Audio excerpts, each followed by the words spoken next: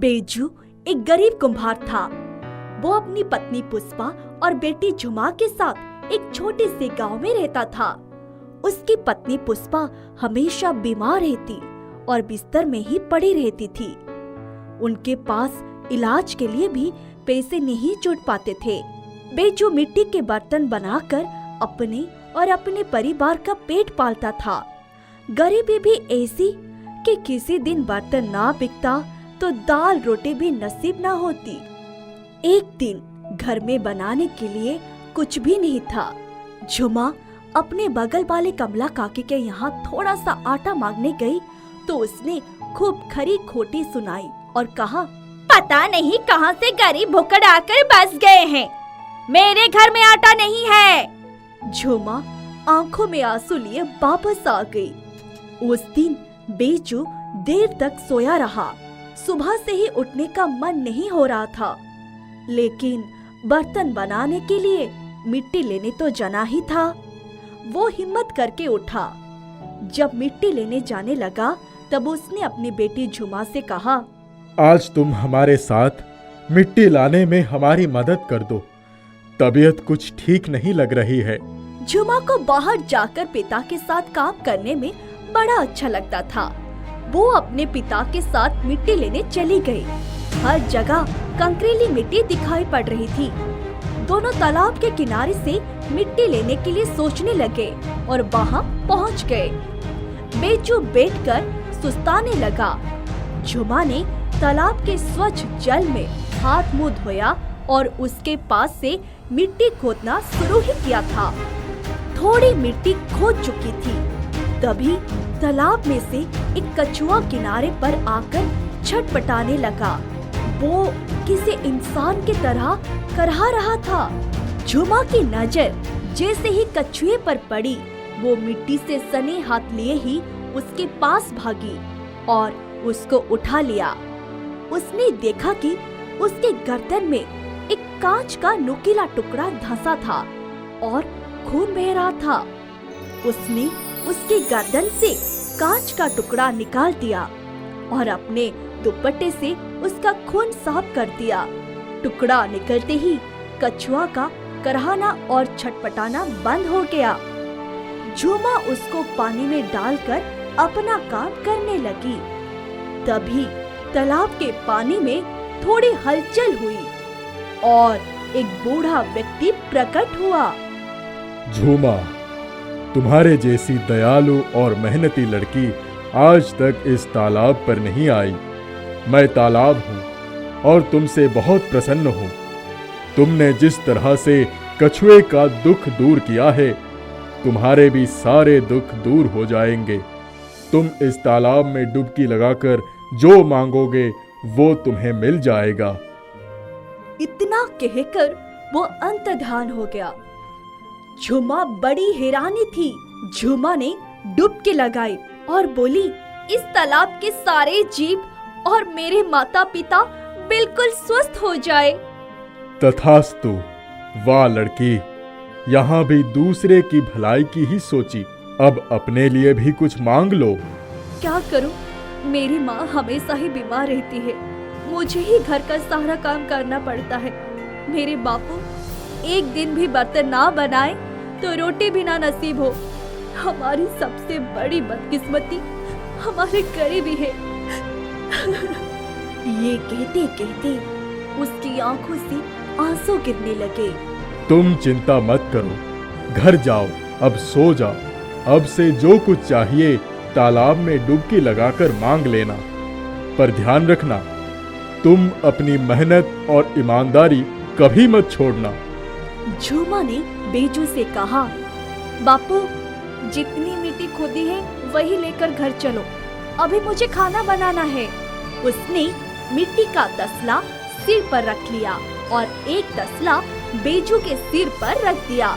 फिर दोनों घर आ गए। झुमा घर आई तो देखा उसकी माँ खाना बनाकर घर का सारा काम खत्म कर चुकी थी।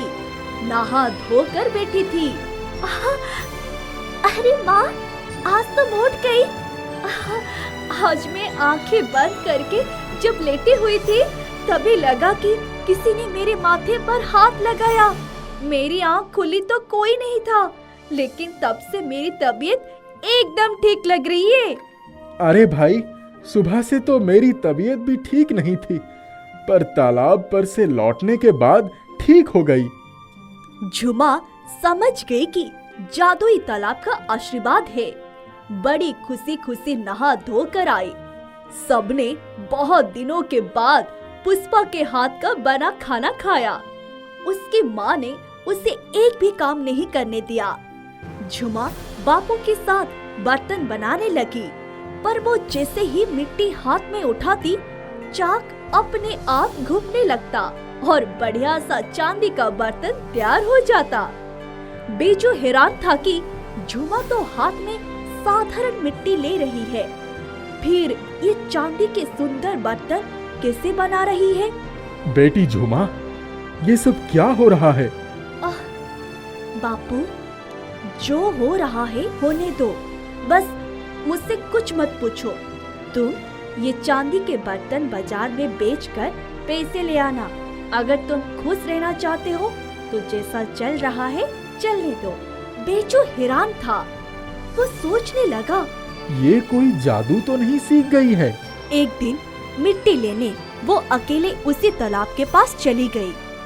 उसके वहाँ जाते ही ढेर सारे कछुए, मछलियाँ और मेढक तालाब से निकलकर बाहर आ गए। सबने उसे घेर लिया। झुमा बहुत खुश हुई। तभी एक कछुआ उसके पास आ गया। झुमा, सारे जीव तुम्हारा आभार प्रकट करना चाहते हैं। एक कछुआ उसके पास आ गया। उसने कछुआ को गोद में उठा लिया और उसको सहलाते हुए बोली, मेरे प्यारे दोस्तों, तुम लोग ठीक हो ना? ऐसा लगा कि सबने एक साथ हाँ में शोर मचाया। झुमा मुस्कुराने लगी। क्या बात है झुमा, तुम खुश तो हो ना? हाँ, खुश तो हूँ, पर सोचती हूँ जब मेरी शादी हो जाएगी तब मेरे माता पिता को फिर से साधारण मिट्टी के बर्तन बनाकर अपना जीवन चलाना होगा। जिस माता पिता की तुम्हारे जैसी बेटी हो, उनको कभी कोई तकलीफ नहीं हो सकती। वो उठी तो देखा उसके मिट्टी के तसले भरे हुए थे। उसने तसला सिर पर उठा लिया और घर आकर मिट्टी आंगन में रख दी। एक दिन उनकी पड़ोसन कमला उसके घर अपने बेटे की शादी की मिठाइयाँ लेकर आई तो देखा झुमा चाक पर मिट्टी डाल रही है और बर्तन चांदी के निकल रहे हैं। उसकी आंखें हैरानी से फटी के फटी रह गई, लेकिन वो बहुत चालाक औरत थी। उस समय तो कुछ ना बोली, परंतु उसने झुमा पर नजर रखनी शुरू कर दी। एक दिन जब झुमा तालाब पर गई तो कमला भी चुपके चुपके उसके पीछे पीछे चली गई। जब उसने देखा कि झुमा ने जैसे ही डुबकी लगाई, सारे जीव उसके पास जमा हो गए और झुमा किसी से बात कर रही है, पर कोई दिखाई नहीं पड़ रहा है। तो वो उनकी बातों को ध्यान से सुनने लगी। झुमा, तुम्हें किसी चीज की जरूरत हो तो मुझे बताओ। उसने कहा, सब कुछ तो आपका ही दिया हुआ है, हमारे पास था ही क्या। इतना सुनते ही कमला वहाँ से भागी हुई घर आ गई। दूसरे दिन वो सुबह सुबह ही तालाब पर जा पहुँची और तालाब में डुबकी लगाकर बाहर निकली तो उसने देखा कि उसके पूरे शरीर में खुजली होने लगी और दाने निकल आए। वो घबरा कर रोने चिकने लगी। तभी तालाब में आवाज आई, कमला, जब तुम्हारे पड़ोसी दाने दाने को मोहताज थे तब तो तुम उन्हें देखना भी पसंद नहीं करती थी। आज उनका थोड़ा सा सुख भी तुमसे देखा नहीं जाता। उसका पीछा करती हुई यहाँ तक चली आई। कमला वहाँ से सीधे घर भागी। दूसरे दिन जब झुमा मिट्टी लेकर तालाब से आई और जैसे ही मिट्टी आंगन में पलटी तो देखा कि मिट्टी में ढेरों सोने के सिक्के थे। वो भागकर बेजू के पास गई और बोली, बापू, हमारे भाग्य खुल गए। ये देखो क्या है। उसकी माँ भी आई। दोनों ने जब अंगर में इतने सोने के सिक्के देखे तो आश्चर्य में पड़ गए। तब झुमा ने उन्हें सारी बात बताई और भागती हुई तालाब के पास गई। डुबकी लगाते ही तालाब ने कहा, इतने दिनों से तुमने कुछ भी नहीं मांगा। अब जाओ, सिक्के बेचकर अपनी सारी गरीबी दूर कर लो। कम पड़े तो तालाब में डुबकी लगा लेना। अब उनके पास बहुत सारी धन दौलत हो गई थी। झुमा को जब पैसों की जरूरत होती तालाब में डुबकी लगा लेती।